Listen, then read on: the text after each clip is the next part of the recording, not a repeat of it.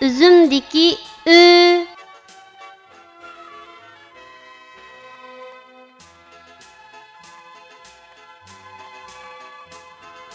Bu harfning talaffuz qilinishi bundaq. Ü.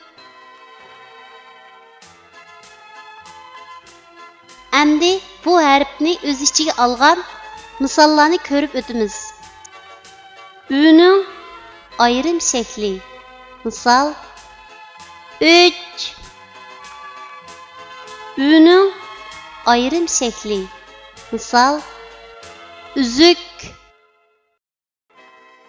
Ü'ning oyog'idan olinadigan shakli. Misol gül. Ü'ning oyog'idan olinadigan shakli.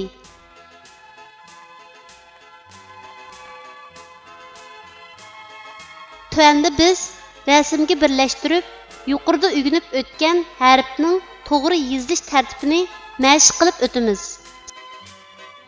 3. Ü harfining ayrim shaklining yozilish tartibi.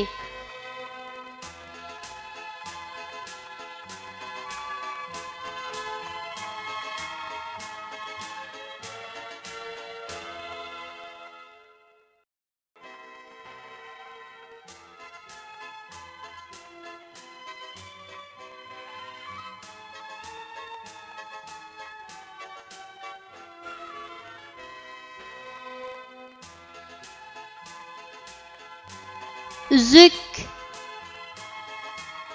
Ü harfining ayrim shaklining yozilish tartibi.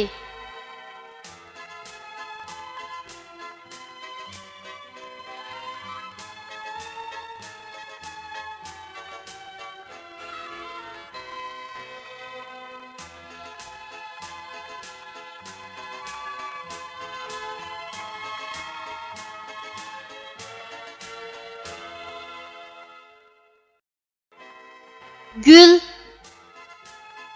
Ü harfining oyog'idan olinib keladigan shaklning yozilish tartibi.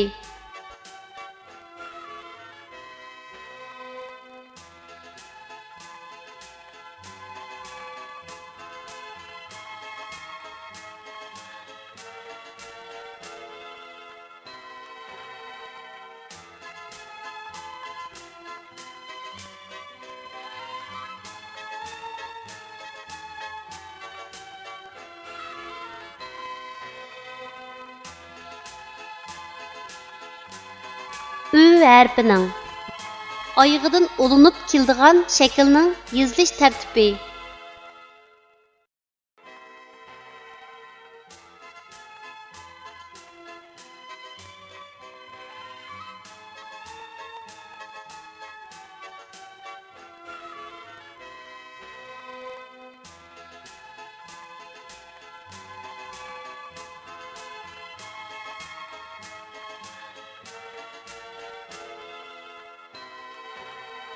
Kichik do'stlar, tuandagi so'zlarni menga aytib o'qinglar.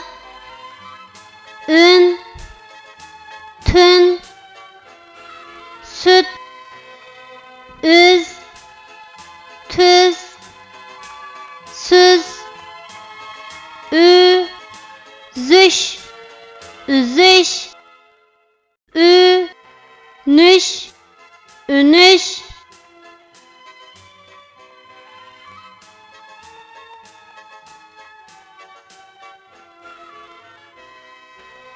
Ürümçi. Ürümçi memleketimizdeki çoğu şehirlerinin biri. O, Şinjan Uyghur Abnum rayonunun merkezi. Şuningdek, siyasi, iqtisod, madaniyat, ma'rif ve ilim-fan merkezi. Ürümçide Xalq Sarayı, Abnum rayonluq muzey, Xalq maydoni, Xalq teatrxonasi ve bir qancha oliy bilim yurtlari bor. Hayvatli Qizil tog' Ürümchining husniga husn qo'shib turdi. Bu şehirde her millet balları inak ve xoşal xuram yaşaydı. Biz Ürümchini qizg'in suyimiz ve onu texmi güzel şehirge aylandırımız.